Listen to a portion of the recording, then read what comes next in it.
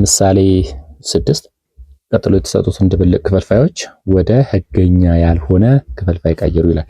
አሁን ይሄንን ማለት ነው 3 ሙሉ 1 ሁለተኛ፣ 1 ሙሉ 2 ሶስተኛ፣ 2 ሙሉ 3 አራተኛ ይላልና ይሄንን ወደ ህገኛ ወዳልሆነ ክፍልፋይ ስንቀይር ይሄ ድብልቅ ስለሆነ ማለት ነው እዚህ ጋር ይሄንን አባስተን እዚህ ጋር መደመር ነው። ይሄ ማለት 2ን በ3 6 ከዛ 1 እንደምርበታለን 7 ይሆናል ማለት ነው። ይሄ 7 ሁለተኛ ይሆናል። ዳሉ ታህቱ አይቀየርም። ቀጥሎ እዚህ ጋር ደግሞ ስንመጣ እዚህ ጋር ማባዛት እዚህ ጋር መደመር ነው። ይሄንን 3 በ1 3 ሲደመር 2 5 ነው። ስለዚህ ይሄ ደግሞ 5 ሶስተኛ ይሆናል። እዚህ ጋር ስንመጣ ደግሞ ይሄኛውን እዚህ ጋር ማብዛት እዚህ ጋር መደመር ማለት ነው። ስለዚህ 4 በ2 8 8 ሲደመር 3 11 ከዛ አራተኛ ማለት ነው።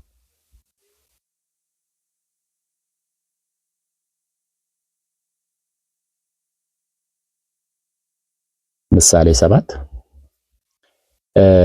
ስለ ተመጣጣኝ ይሄ አቻ ክፍልፋይ የሚባሉት ሁለት እኩል የሆኑ ክፍልፋዮች ተመጣጣኝ ወይንም እኩል የሆኑ ክፍልፋዮች ማለት ነው። አቻ ክፍልፋይ ሁለት ክፍልፋዮች አቻ ናቸው የሚባሉት ሁለቱም እኩል የሆኑ ቁጥሮችን የሚወክሉ ከሆነ ነው። እኩል የሆኑ ቁጥሮች ማለት 1 ሁለተኛ እና 2 አራተኛ ማንን ነው የሚወክለው? ይሄ 0.5 ነው የሚወክለው፣ ይሄም 0.5 ነው የሚወክለው ለማለት ነው። ገብቷችኋል? ስለዚህ እኩል የሆኑ ቁጥሮችን የሚወክሉ ከሆነ ነው ይላል። አቻ ክፍልፋዮች የአንድን ሙሉ ቁጥር ተመሳሳይ ክፋይ የሚገልጹ ናቸው ይላል። ስለዚህ እኩል ናቸው ግን ሲታዩ ላልና ታህታቸው የተለያየ ነው የሚመስለው ማለት ነው። ይሄ ማለት እንዴት እንደሚመጣ ላሳያችሁ። ለምሳሌ 1 ሁለተኛ ቢሰጥ 1 ሁለተኛ ቢኖር ይሄንን ለምሳሌ ይሄንንም በተመሳሳይ ቁጥር በሁለት ብናበዛ እነኚህን ሁለቱን ለአልና ታህቱን በተመሳሳይ ቁጥር ብናበዛ ማለት ነው። ለምሳሌ በሁለት ሁለተኛ ብናበዛ ስንት ነው የሚሆነው? ከዛ ደግሞ ይሄንንም በ3 ሶስተኛ በ4 አራተኛ ገብቷችኋል? ከዛ በተመሳሳይ ለአልና ታህቱ ተመሳሳይ በሆነ ቁጥር ሃሃኛ ማለት ነው። ሁለቱም ተመሳሳይ በሆኑ ቁጥሮች ለምሳሌ 7 ሰባተኛ እንደዚህ ብናበዛ ሁሉም ቁጥሮች አንድን ቁጥር ነው የሚወክሉት። ማንን ነው የሚወክሉት? 0.5 ነው። እነኚህ አቻ ክፍልፋዮች ይባላሉ ማለት ነው። ስለዚህ እዚህ ጋር አሁን ይሄንን በ2 ብናበዛ 2 አራተኛ፣ ቀጥሎ በ3 ስንት 3 ስድስተኛ፣ በ4 4 ስምንተኛ፣ ከዛ በ5ም ከሄዳችሁ ደግሞ እንደዚህ፣ በ6ም ከሄዳችሁ በ7ም ከሄዳችሁ እንደዚህ። ስለዚህ እነኚህ ሁሉ ተመሳሳይ ናቸው። እነኚህ ሁሉ አንድ ቁጥር ነው የሚወክሉት። ማንን ነው የሚወክሉት? 0.5 ነው የሚወክሉት ማለት ነው። እነኚህ አቻ ክፍልፋይ ይባላሉ። ስታወዳድሩ ሁሉንም ብታወዳድሩ አሁን እኩል ነው የሚወጡት። ለምሳሌ እስቲ ራንደምሊ 2 እንውሰድ። 2 አራተኛንና 5 አስረኛን አሁን ራንደምሊ ወስደን ብናወዳድር የምናወዳድረው በምንድነው? ክሪስ ክሮስ ነው አይደለ? እንደዚህ 10 እንደዚህ 10 ሶሪ ስንት 2 አራተኛንና 5 አስረኛን ነው አይደለ? እንዲህ 20 ነው የሚሆነው፣ እንዲህ 20 ነው የሚሆነው። ስለዚህ ሁለቱም እኩል ናቸው ማለት ነው። ገብቷችኋል? እነኚህ ሁለቱንም ብትወስዱ አሁን ይሄ 24 ነው፣ ይሄም 24 ነው። ስለዚህ ሁለቱም እኩል ናቸው። ይሄ ስንት ነው? 60 ነው፣ ይሄም 60 ነው ማለት ነው። ሁሉም እኩል ናቸው። የሚወክሉት ሁሉ 0.5 ነው ማለት ነው። እዚህ ጋር ያለውን ምሳሌ ብታዩ 6 አስረኛ እና 3 አምስተኛ አቻ ክፍልፋዮች ናቸው፣ እኩል ናቸው እያለን ነው። ያ ማለት 6 አስረኛ እና 3 አምስተኛ ሁለቱም የሚወክሉት 0.6 ነው ማለት ነው አይደለ? ይሄ 30 ነው፣ ይሄኛው ደግሞ 30 ነው። 30 እኩል ይሆናል 30 ስለሆነ ሁለቱ እኩል አቻ ክፍልፋይ ናቸው ማለት ነው።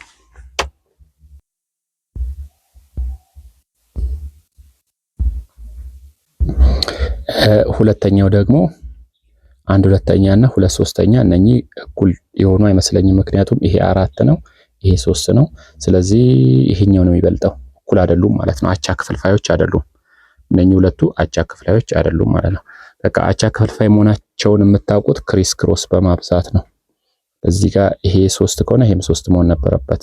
ስለዚህ ይሄ 4 ሆነ። ስለዚህ አቻ ክፍልፋይ አይደሉም ማለት ነው፣ እኩል አይደሉም ማለት ነው። እዚህ ጋር 1/2ኛ ለምሳሌ 1/2ኛ ከ2/3ኛ ጋር ይሄ እዚህ ጋር እቺ ምልክት ትጎላለች፣ እኩል አይደለም የሚል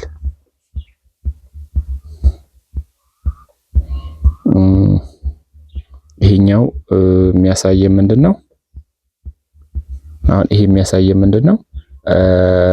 1 2 3 4 5 6 ነው። ይሄ ስንት ነው? ይሄ ስንት ነው?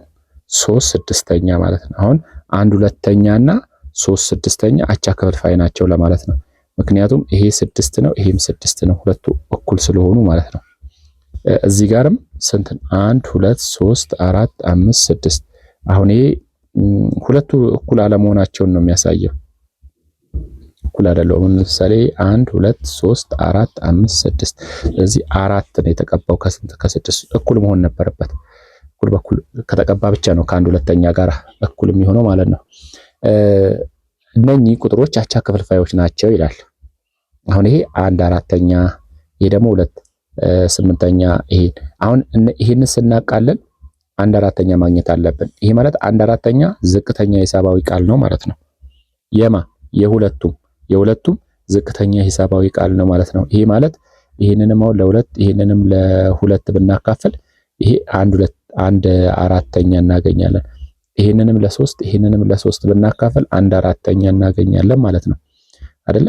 ስለዚህ እነኚህ ሶስቱም አቻ ክፍልፋይ የሆኑበት ምክንያት ያ ነው ማለት ነው። ግን አሁን በሞዴል ስናየው በሬክታንግል ሞዴል ስናይ የተለያየ ይመስላል እንጂ በቁጥር ደረጃ ሁሉም 0.25 ነው የሚወክሉት። ለምን 1/4ኛ ወደ አስርዮሽ ሲቀየር 0.25 ስለሚወክል ማለት ነው። እነኚህም አቻ ክፍልፋዮች ናቸው ይላል። ይሄ ማለት 3 ሙሉና 1/4ኛ ወይም ደግሞ 13/4ኛ ይላል። ስለዚህ 13 ይሄንን ተመሳሳይ ማድረግ አለብን ለማነጻጸር መጀመሪያ ወይ ይሄንን ወደዚህኛው ይሄ ማለት ድብልቁን ወደ ህገኛ ወዳልሆነ ክፍልፋይ መቀየር ወይ ደግሞ ህገኛ ያልሆነውን ክፍልፋይ ወደ ድብልቅ መቀየር። ተመሳሳይ ፎርም ከሌላቸው መወዳደር አንችልም። ገብቷቸዋል። ስለዚህ በሁለቱም እንስራ። እዚህ ጋር ይሄንን ወደ ህገኛ ወዳልሆነ ክፍልፋይ እንቀይረው። ስለዚህ እዚህ ጋር ማብዛት እዚህ ጋር መደመር ነው አይደለ? ስለዚህ 12 ሲደመር 1 13/4ኛ እኩል ይሆናል 13/4ኛ እኩል ነው። ይሄንን ወደዚህ እንመልሰው። 13/4ኛ ማለት ከ13 የሚያንስ ለአራት ያለ ቀሪ ሊካፈል የሚችል ቁጥር ማን ነው? 12 ነው። ከዛ 12ን ደግሞ ከወሰድን 13 እንዲሆንልን አንድ እንደምርበታለን። ከዛስ አሁን 4ኛ ማለት ነው። አሁን 4 እቺ 4 የሁለቱም የጋራ ነች። ስለዚህ ስንት ይሆናል ማለት ነው? 12/4ኛ ሲደመር 1/4ኛ።